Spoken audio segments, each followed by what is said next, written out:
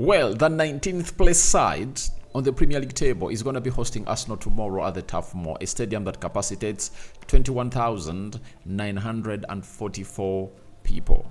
Welcome to the Rokani Media Football. How are you guys and where are you watching us from? I go by the names of Rokani David. Smash like button, comment and share. If at all you're watching us for the very first time, endeavor to subscribe to this channel so as not to miss certain stories that we do upload in here on a daily. It's a Friday, Muslims. Juma Kareem. Hope you guys have gone ahead to flock those mosques and Allah will reward your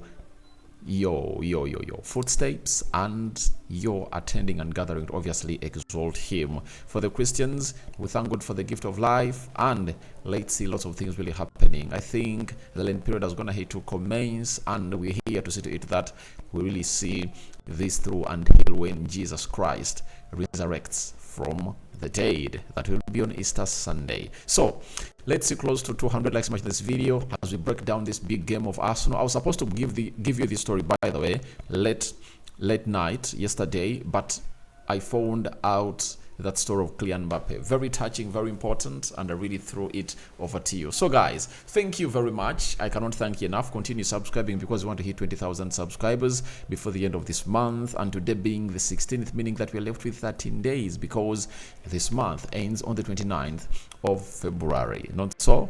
So it's really very important to note that Arsenal are gonna play tomorrow after the following teams are gonna have to play. Which teams am I talking about? I will look at the Premier League fixture. Liverpool is playing early tomorrow, 15:30 hours, Brentford, and they might obviously win, meaning that Liverpool has a chance to stretch back to 5 points ahead of Arsenal. You get? So Arsenal, if at all they come in through and win later, they'll obviously squeeze down to that. But remember, Man City is also playing Chelsea later in the night. That is going to be the closing fixture for match day 24 into the Premier League. But Arsenal is still third on the Premier League table, but they are level at points with Manchester City. And I know Arsenal fans will be really praying and really supporting Chelsea to obviously coming through and do the needful. The recent fixture of Arsenal, they beat they went ahead to beat West Ham 6-0. A brace coming in through from Bukayo Saka. Then Trossard was on target. Gabriel Magalhaes was on target. William Saliba was on target. And Declan Rice scoring a screamer, that left most of the people really saying he was worth the spend. For Burnley, they paid a visit to Liverpool and they lost by 3-1. And this is not the fixture I would have gone ahead to love to play after losing 3-1 to the side of Liverpool, because Liverpool drained them and they are coming to host the side of Arsenal at the Emirates. No, at the Turf Moor. So let's obviously get into the team news. For Arsenal, Tomiyasu Zinchenko await for a late fitness test. They're working against the clock to see if they're really fit to play into this tie of Burnley. And Thomas Partey is also one of those that is really working around the clock to return on time. The other one is Fabio Vieira is expected in training next week, meaning that he's not going to be part of the Arsenal side. He's not going to be part of the Arsenal side that's traveling to Burnley. Julian Timber, he's expected towards the end of this month to obviously get into training for Arsenal. So Arsenal is having very many players that are really promising to return. Gabriel Jesus, that awaits for what Mikel Arteta is going to tell us in what we call the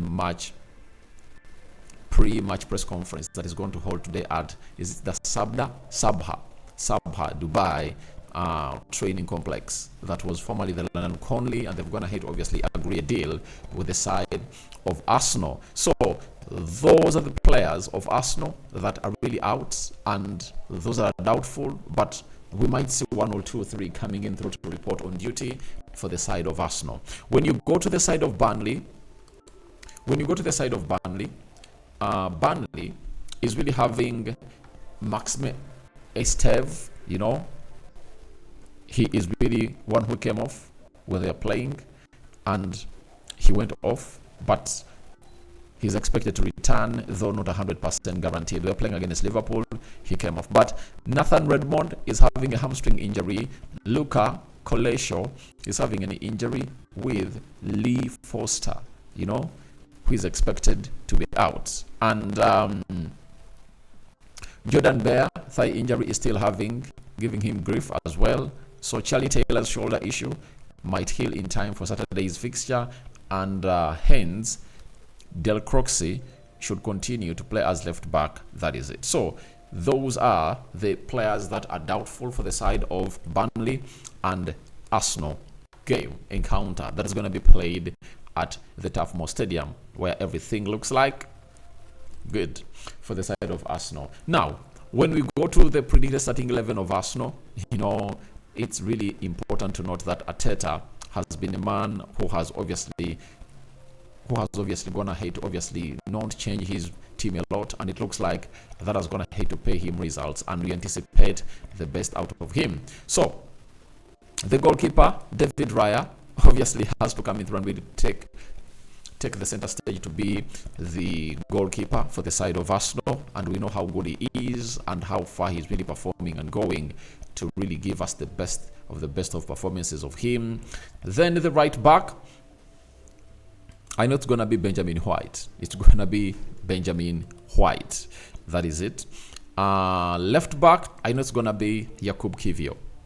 Kiwior, having gone ahead to play 90 minutes against West Ham, and he played very well away from home. I think this is another game that you give him to obviously solidify his position. Sometimes, however good the player is, but when he lacks that playing time and confidence, it might ruin his career. You remember this season, he started against Fulham, and you saw what happened. He was responsible for the first goal that Fulham scored as an equalizer for Arsenal.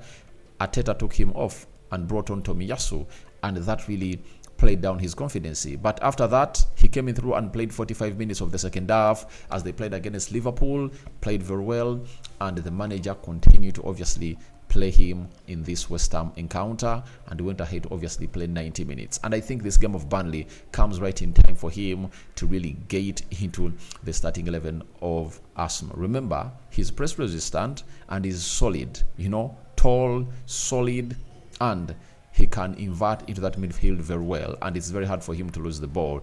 That's why his ball retention percentage is really high in that side. So Arteta might shock us to either not start him, to get in Zinchenko or Tomiyasu, but I think that will be really risking these players. I think it's better you start Benjamin White and Jakub Kiwior as a right back and left back, respectively. Then around the 70th minute, you take them off. Get on Tomiyasu to play as the right back and get Zinchenko to play as the left back, because they're going to be playing in the Champions League, I think, on Wednesday this week.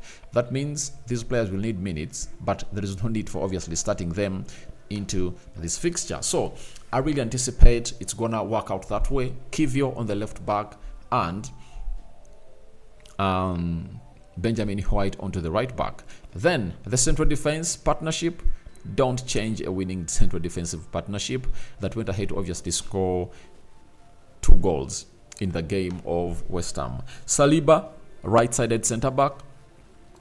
Then Gabriel Magalhaes, left-sided centre-back. That is it. So when you look at those two, you really get to know that a lot is being shared in them. However much Saliba is miles far off Gabriel Magalhaes, and I've not gone ahead to really refer to Gabriel Magalhaes as a Rolls Royce, and I see Saliba as a Rolls Royce. But you see to it that there is a level at which they are rising to the occasion. Saliba scoring the first goal, as I've always told you, the most important goal in every game is the first goal for that team, because as Arsenal played for 31 minutes, they hadn't gone ahead to obviously find themselves on target, and maybe they're getting frustrated. But who stopped the frustration for Arsenal to obviously go rampant? It was none other than William Saliba, who really went ahead to really kick in, took center stage, and the rest was history. So when you look at that, it has to echo into your mind that these two are really good and really doing well, and they kept a clean sheet away from home. And I know Arteta will assign them a new job of really keeping a clean sheet again away from home. That is it.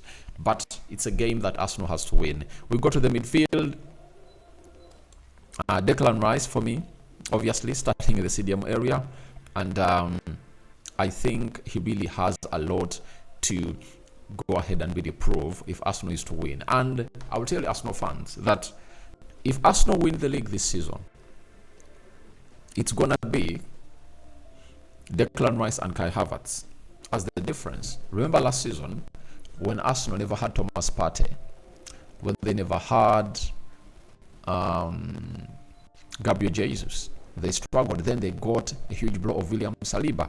But right now, you see that Declan Rice has gone ahead to stand into that single pivot position ever since he came in through. And I think he's one of the few players that have not gone ahead to miss out on a single Premier League game. He has played almost every game and he's really still fit to run to take Arsenal to the long-awaited triumph of a Premier League trophy. Then, alongside Odegaard and Trossard, if I'm Mikel Arteta, there is no reason as to why I changed that midfield. It looked really great. The way they were really interchanging positions was really great. If it was an experiment, it worked well, and you would like to obviously go ahead and really bring the same experiment when you're playing against Burnley, because for the side of Burnley, all what they do is to pass that ball, and you're going to see two teams that are really good at knocking that ball around. Company doesn't change his playing style. He believes in what he is all about, and it looks like the management of Burnley has gone ahead to see to it that they really give him a benefit of doubt, and that's why they never went ahead to sign in very many expensive players that will obviously cost them.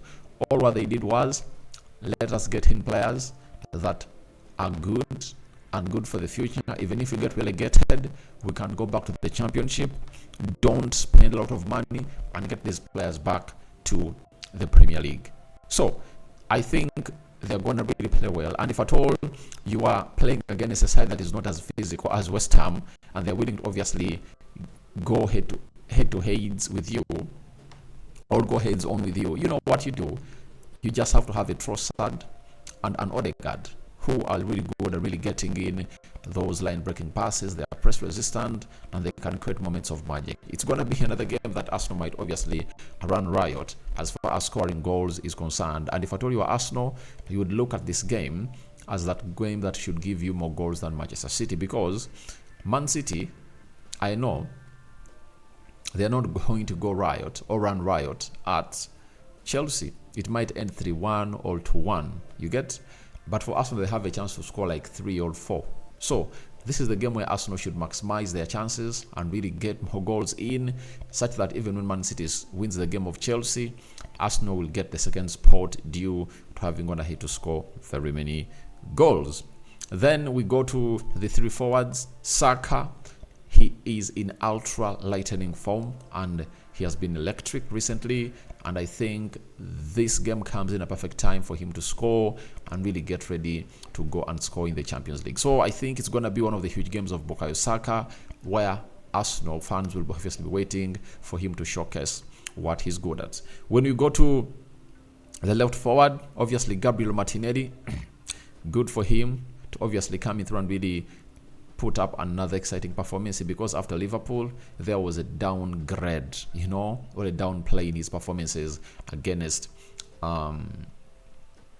West Ham. So in this game, I anticipate that Martinelli should use it to obviously get back to the levels we know him about. Who is leading the line? Not Edin Ketia for me. It's gonna be none other than Kai Havertz to go ahead and obviously take on it to the levels where we expect it to be. So that is it for the side of Arsenal, and that is the starting 11 that you'll ever want to see coming through, and obviously tussle it out with your opponents.